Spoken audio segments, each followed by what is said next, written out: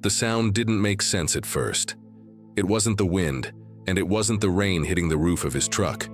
It was deeper, heavier, a low, aching moan, like something ancient in pain. Daniel had pulled over on the side of a back road in rural Georgia, engine off, just trying to stop shaking after another sleepless night. He hadn't planned to get out, but then he heard it again.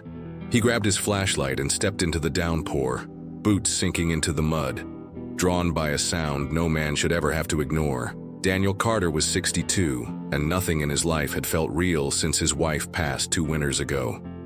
They'd been married 37 years. Since her death, time had blurred.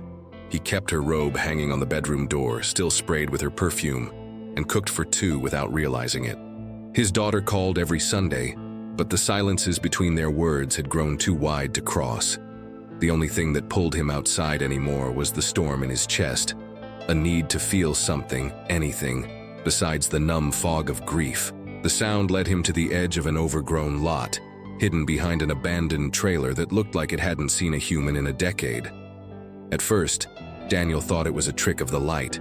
Then lightning struck, and he saw it. A cage, steel bars, rusted and bent. Inside it, a shape too large for the space it was forced into. He approached slowly, the beam of his flashlight trembling. And there it was, a tiger, soaked, shivering, eyes wide open, but empty. Its ribs were visible even through the thick stripes. Rainwater pooled on the cement floor of the cage, soaking the animal's paws. The chains wrapped around the door weren't from any zoo. They were makeshift, careless, cruel. Daniel had faced fire, collapsed buildings, and death up close, but nothing had prepared him for this moment. The tiger didn't growl, didn't move, just stared at him like it had already accepted something Daniel hadn't. That it would die here. He stood frozen. The tiger blinked and something cracked inside him, something he thought was long dead. This wasn't supposed to happen. Not in America. Not this close to home. But then again, pain doesn't ask for permission. And cruelty doesn't always come with headlines. His breathing grew shallow as the rain soaked through his jacket, mixing with the tears running down his cheeks. He didn't know why he was crying. He just couldn't stop. Daniel sat down on the wet ground in front of the cage, arms resting on his knees, eyes locked with the tiger's. There was no one else around. No cell signal. No sound but the storm and 2 sets of breathing. One human, one wild. And in that silence, something passed between them. Not fear, not pity, recognition. 2 souls abandoned in different cages. 2 lives that had stopped moving forward. For minutes, maybe hours, he didn't move. The tiger, still and silent, seemed to accept his presence. Rain puddled around them, turning the dirt into muck. Daniel didn't notice the cold anymore. His mind was racing but stuck, like an engine revving in neutral. This animal had been someone's prisoner, left here like garbage. And yet it still breathed. That meant something, didn't it? He looked around. No signs, no fences, no lights. Whoever left the tiger here hadn't cared if it lived or died. And if he walked away now, that would be a choice. It would be his choice. But Daniel wasn't sure he could carry one more regret. Not after everything else. He stood up slowly, legs stiff, and gripped the bars. "I'm gonna get you out," he whispered. The tiger didn't move, but it didn't look away either. In that moment, a branch snapped behind him. Daniel turned fast, adrenaline firing again, thinking someone was coming. But it was just a raccoon, scurrying off into the trees. Still, that noise had broken the stillness. The clock had started ticking. He couldn't just sit here anymore. Something had to happen, something real, something human. He pulled out his phone, hoping for a signal, but the screen stayed dead. No bars, just the storm and the wild. He looked back at the tiger, now curled into itself like a creature trying to disappear. "I'm not leaving you," Daniel said, louder this time, voice shaking with conviction. "Not tonight." And with that, he stepped away from the cage, heart pounding, searching the dark for anything he could use to set it free. Daniel stumbled through the brush and mud, looking for anything. Bolt cutters, a crowbar, even a rock heavy enough to shatter the lock. Every old shed and trailer nearby was either empty or filled with rotting junk. The rain made it worse, soaking his clothes, blurring his vision, but he kept moving. That tiger wasn't going to survive another night like this. He didn't know how long it had been there, but its silence was more terrifying than any roar. Pain this deep didn't scream. It whispered, and it waited. He returned to the cage with nothing but a rusted tire iron and a garden hoe. Ridiculous tools for something like this, but they were all he had. He started working at the chains, slipping in the mud, cutting his hand on the sharp metal edges. Blood mixed with the rain. The tiger barely flinched. It just watched, as if unsure whether to trust the man or simply give up hope. Daniel spoke gently, constantly, his voice the only warmth in that cold clearing. "You're not gonna die in here. Not while I'm breathing." Up close, the tiger was in far worse shape than he'd realized. Its fur was patchy, with open sores near the hind legs. The smell of infection was undeniable. Flies hovered even in the rain. Its breathing was shallow but steady, like it had learned how to survive just enough. A deep scar ran down its shoulder, faded but brutal. This wasn't a circus animal or some pet gone wild. This tiger had been through something, and someone had done it to him. Daniel thought about calling the sheriff, but he'd lived in that county long enough to know how things worked. A tiger in a cage wasn't a crime most people were ready to handle.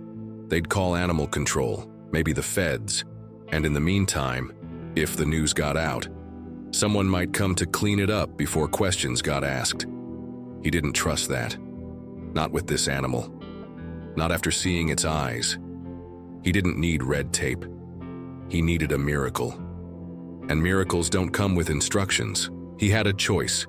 Walk away and live with it, or risk everything and fight for something that couldn't fight for itself. He thought of his wife, how she used to say, "You don't get to choose what breaks your heart, but you do get to choose what you do after." Her voice echoed in his mind as he slammed the tire iron against the lock again and again until it finally cracked, falling to the mud with a dull clink that sounded louder than thunder. The door creaked open 2 inches. Daniel froze. The tiger didn't move. It just lay there watching, its massive frame too weak to react. Slowly he stepped back, giving it space. But it didn't leave. It couldn't. It had been in that cage so long. Freedom wasn't something it understood anymore. That realization hit Daniel harder than any blow. He hadn't just found an animal in danger. He'd found a soul that had forgotten how to be free. He didn't touch it. He didn't try to pull or push. He just sat down again, this time inside the cage, just out of reach, and waited. Rain dripping from his hair, back aching, heart wide open. "I'm here," he said softly. "You don't have to believe me. Just let me stay." That was all he had to offer. Presence. Something no one had given him since the funeral. The minutes dragged.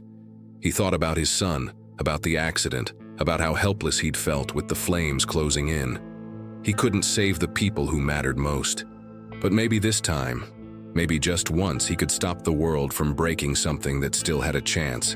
The tiger shifted. Its eyes blinked slowly, not in fear, but in exhaustion. And then it did something Daniel would never forget. It placed its head on the ground just inches from his boots. Not aggression, not surrender, trust, or maybe just a flicker of it. And in that gesture, something shifted in Daniel too. His grief didn't leave, but it made room for something else. A purpose. This tiger wasn't his burden. It was his chance to matter again. That night, Daniel made a decision. He wrapped the tiger in every blanket from his truck, covered the cage with a tarp to block the wind, and sat beside it all night with a flashlight and a crowbar in his lap, just in case. Morning would bring questions and consequences, but he'd made his choice. He couldn't walk away anymore. Not from this, not from him. At first light, Daniel was already on the phone, pacing in the wet grass with muddy boots and trembling fingers. He called every wildlife rescue number he could find. Most lines went to voicemail. Some offered nothing but bureaucratic apologies. Finally, after over an hour, a woman named Carla from a big cat sanctuary 3 states away picked up. She didn't ask him why he had a tiger in a cage. She just said, "Send me a photo now, and don't let anyone else near him." Her voice was sharp, no nonsense, but it carried urgency, compassion hidden under command. While waiting, Daniel boiled water on his camp stove and poured it into bowls to give the tiger something warm to drink. The animal barely moved. It was alive, but only just. He talked the whole time about nothing and everything, about his wife's laugh, his son's baseball games, how his porch used to smell like fresh coffee and rain. He didn't care if the tiger understood. Somehow, talking made the pain quieter, less permanent, like the tiger was absorbing some of it just by being there. By noon, a vet from the sanctuary had called him directly. Her name was Dr. Evelyn Marsh. She asked specific questions: pupil dilation, labored breathing, any visible parasites. Daniel answered as best he could. "He's not aggressive," he said. "He looks at me like he's already left his body." There was silence on the other end before she replied. "Then we have to hurry. Tigers that stop fighting don't last long. I'll send a transport crew. Keep him calm, stay nearby. And whatever you do, don't give up on him." The next few hours were a blur. Trucks arrived just after 3 p.m.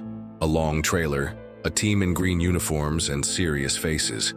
They moved quickly but gently. One man whispered to the tiger in a language Daniel didn't recognize, and the tiger actually blinked in response.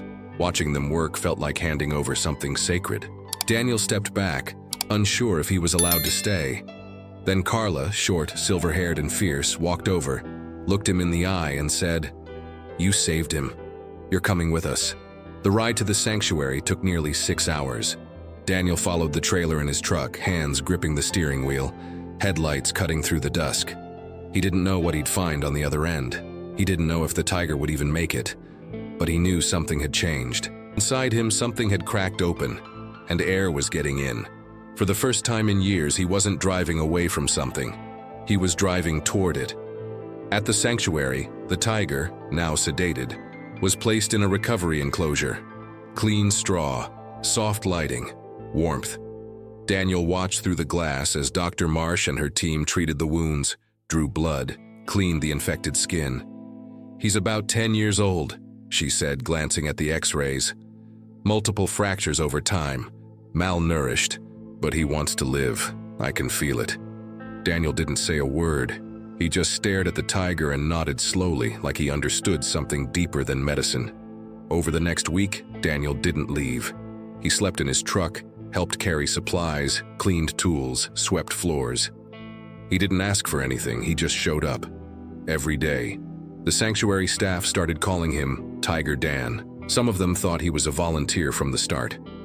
Nobody knew his full story, and he didn't offer it. But the tiger, whom they eventually named Leo, started lifting his head when Daniel entered the room. That was all the story that mattered. One afternoon, while Daniel was refilling a water dish, Leo stood up, wobbly, slow, but on his feet. He took 2 steps toward the mesh and pressed his nose gently to the steel. Daniel froze. It wasn't a trick or coincidence. It was a greeting, a thank you. He reached out, placing his hand on the mesh just inches from Leo's nose. No words passed between them, just breath, presence, proof that some part of both of them still worked, still wanted to connect. By the end of the 2nd week, Leo was eating regularly and showing signs of strength. The vet staff marveled at his progress. "Most cats take months," Carla said. "He's healing fast because of you." But Daniel shook his head. "I think he's healing me." And he meant it. Something inside him was shifting. The weight of loss hadn't vanished, but it no longer crushed him. In its place was something new, something alive, something wild and grateful. On a quiet Sunday morning, Carla pulled Daniel aside. "We'd like to make it official," she said. "Leo will stay here. And you, we want you on staff. We need people who see more than danger when they look at these animals. People who see souls." Daniel looked at Leo, now resting peacefully in the sun. Then he looked at his own hands, scarred, weathered, steady. For the first time in years, he nodded without hesitation. "I'm not going anywhere." Life at the sanctuary settled into a rhythm Daniel hadn't known he was craving. Mornings started early, with the smell of hay and the distant calls of wild animals in recovery. His body hurt in all the ways that reminded him he was alive. shoulders stiff from lifting, hands calloused again, knees sore from the uneven ground. And he welcomed every ache. Every bruise felt like proof that he still mattered to something, or to someone. Especially to Leo. Leo now had a large enclosure, 3 times the size of the rusted cage where Daniel had found him. Trees, grass, a pool of clean water, and a small wooden shelter with a heat lamp for cold nights. But even with all that space, he often waited near the fence until Daniel arrived each morning. Some days he'd let out a low, almost playful grunt as Daniel walked up. They didn't touch. There were still rules, but there was something unspoken in their daily ritual. A greeting between 2 survivors. Daniel started doing more than just maintenance. Carla invited him into team meetings, and Dr. Marsh had him help with animal monitoring logs. He learned to recognize signs of trauma in different species, how to administer basic care, how to listen without expecting answers. He wasn't just patching cages or scrubbing floors anymore. He was part of something that saved lives. And in that, he felt a kind of redemption he never thought he'd find. News of Leo's rescue spread slowly at first, then exploded. A local journalist ran a piece titled "The Firefighter and the Forgotten Tiger." It went viral. Calls came in from other sanctuaries, from animal rights groups, even from state officials who suddenly wanted to investigate how a tiger had ended up abandoned in rural Georgia. For the first time, Daniel had to speak publicly. He stood on a small platform, with Leo safe in his enclosure behind him, and told the truth. Not just about the tiger, but about grief, guilt, and second chances. People cried, people donated, and more importantly, people listened. The sanctuary received enough funding to expand their facilities. They named the new intake barn Carter's Gate. Daniel didn't want the attention, but when he saw the plaque, he didn't argue. He thought of his wife, he thought of his son, he thought of Leo, and he smiled, not with pride, but with quiet peace, like a man who had stopped running. Small things changed first. Daniel stopped skipping his daughter's calls. He started sending her photos of Leo, of the sunrise over the sanctuary, of himself smiling beside a tiger's empty food bowl. They started talking again, slowly, carefully. She even visited, bringing his grandson, who whispered in awe, "Grandpa, you work with tigers?" Daniel had to turn away for a moment, tears hot behind his eyes. "Buddy," he said, "and one of them saved me." Leo continued to grow stronger. He began to run again, muscles rebuilt, coat glossy with health. He roared for the first time on a crisp fall morning, and the sound shook Daniel's chest. It wasn't a roar of anger, it was a claim, a declaration. "I'm still here." And Daniel, standing at the edge of the enclosure, whispered back, "So am I." 2 lives that had nearly ended in silence now echoed with purpose. Visitors asked about Leo all the time. Some cried when they heard the story. Some just stood quietly, staring through the fence, unable to explain why it moved them so deeply. Carla once said, "It's not just that he's a tiger. It's that someone saw him when no one else did. That's what people are feeling." And Daniel knew she was right, because he hadn't just rescued Leo, he had recognized himself in him, and acted.